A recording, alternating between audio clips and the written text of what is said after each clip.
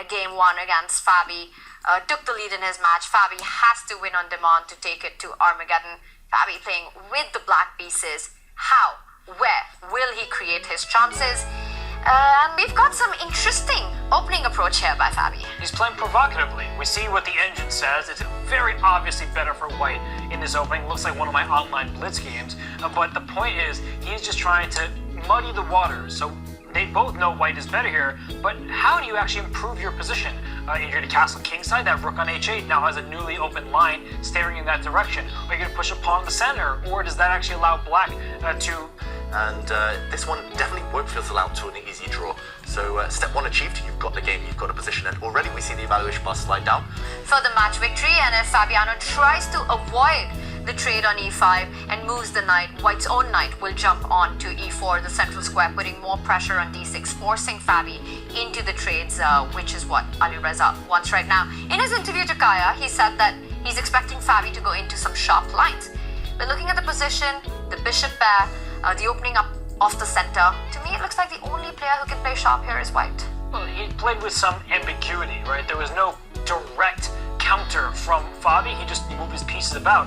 And now I think that I knew he wasn't going to trade queens, but I was going to say even if he had traded queens, I still think there was life left in the position. And the reason why is because this e5 pawn, if he instead of captured and traded queens on d1, then this e5 pawn at some point will be needed to be defended. And if you push that pawn up to f4, then you can play g5 as black. And just trying to collapse that structure in the center.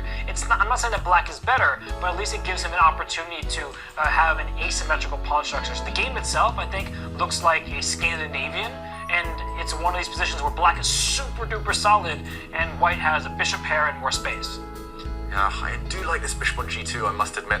Long term, if the center ever opens up, if you can somehow kind of leave him forward with this pawn to d5 and blow open the center, white's bishops will thrive. But for now it's imbalanced enough, and it's still not clear where white's king goes.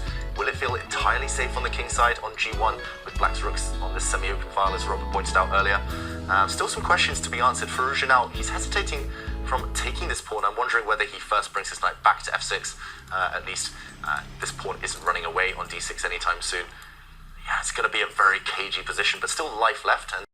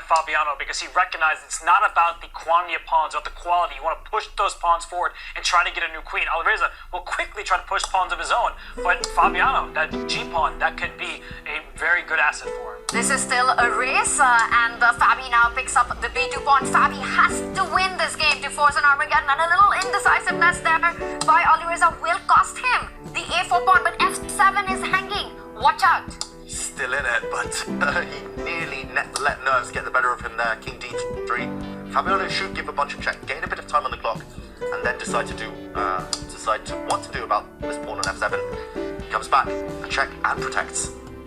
Good move there, protecting with a check, not allowing white to push the A-pawn, but white's king is so close to black's passes. This is not clear at all. And black's king is very far away. Normally, when you're head 2 pawns, you trade queens to win the game, but any queen trade would be great for white because of how advanced that pawn is away from black's pieces. Can that pawn, queen f6 check and take on a6? Wow, what's he missed? That pawn is just hanging. I think he just missed it. Look at that. Look at the reaction there from Firouzja, a shake of the head. He knows now he is losing. He has to take on F7. But then there might be a queen check, queen e2 check, and if you trade queens, black should win the king and pawn in a game. And you've got to go back to G1. Queen e3. It's there. He trades the queens by force. And it will be the F3 square where the queen will land on, trading into a lost king pawn ending, and it's handshakes. Fabiano Caruana does it. He takes it to Armageddon. What a ferocious comeback from Caruana. He was relentless in his attacking motifs, and all of a sudden we have a third Armageddon. Firouzja had it in his hand, but Fabiano, give him all the credit in the world. Amazing play there by Fabi. He just kept building up the pressure till Firouzja collapsed, and he's still thinking about it, but there's no time to think as the players have to give in their Armageddon bids, and we see Fabi will go into his second Armageddon of the day right there, signing it off. We've got 3 big Armageddons coming up. What a round this has been. What a game this was. What a marathon. 94 moves, packed full of quality in the end. Let's listen in as the players